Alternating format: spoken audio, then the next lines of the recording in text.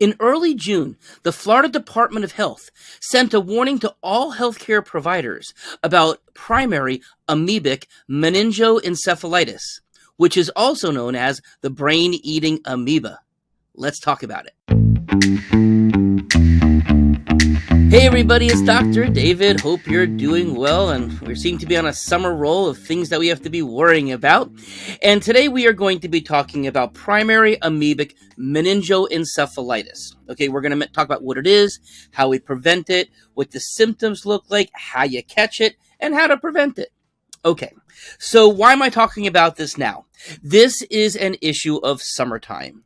It's related to fresh water in particular. That's where the amoeba lives. And the warmer the water, the more likely there is contamination. Now, of course, that's true everywhere. But of course, also in Florida, where almost everybody has doing some level of swimming. Of course, there could be swimming pools with chlorine in it, which is not much of an issue, but swimming in lakes and hot springs and rivers, those are certainly activities that many people do. Again, not just here in Florida, but of course throughout the country and the world. So this is where we're really trying to focus the information at. Okay. Now, it is interesting because, again, as I mentioned, in Florida, we are so water-based. And quick little fun fact, the first band that my sister and I put together over 20 years ago was called Just Add Water. I know I've shared some of my music on my channel here before, but just so you know, that was our band. All right, so primary amoebic meningoencephalitis. So, as I said, this is the brain-eating amoeba that people hear about. Very scary, and it is scary.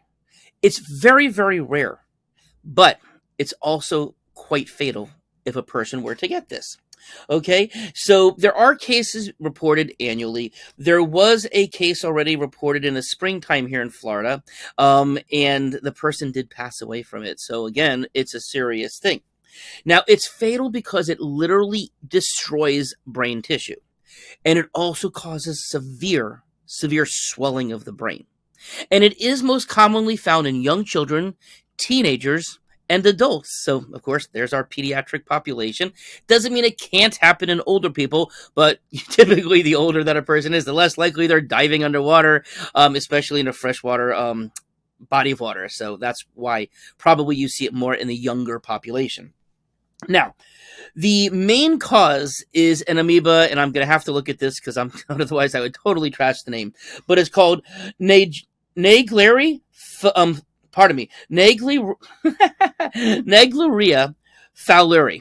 That's the main parasite, the amoeba that causes this. However, there are two others, which I'm going to try not to mangle these words either, but Balamuthia mandrillaris. Hey, I got that the first time right. And also acanthamoeba. All right, just all of these roll off of the tongue. I always just wonder how people come up with these names for these, all of these infections, Staphylococcus aureus, all the things that we talked about. But yeah, these are the amoebas themselves. And as I said, they do grow more in warm weather, warm water.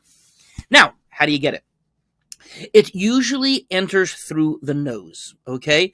So swimming underwater increases the likelihood because as we go further underwater, the more water pressure there is, and pressure, of course, drives things from into less pressured areas.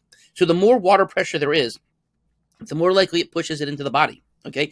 Now, this does not spread person to person, and it also doesn't happen from swallowing the water. It literally has to gain access really up into the nose, and of course, that's kind of where it heads towards the brain.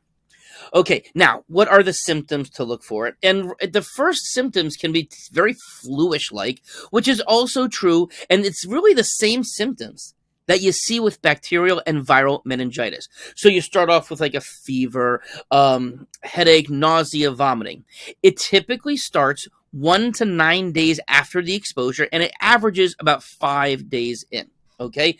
Now, granted, those are symptoms, that you can get with a lot of infections, but then the more serious symptoms, I should say, stiff neck, confusion, loss of balance, lack of attention, not really being aware of their surroundings, hallucinations, seizures. So really, really serious stuff. And of course, we want to try to catch this earlier. We don't want to let this go too far because once you get into some of those really bad symptoms, it might be game over. So, I mean, again, I realize no one wants to be running to their doctor to consider this every single time that they have a flu illness, but it's really, as we said, specific to the freshwater, that's where you have to be more aware of if the symptoms are appearing after freshwater exposure.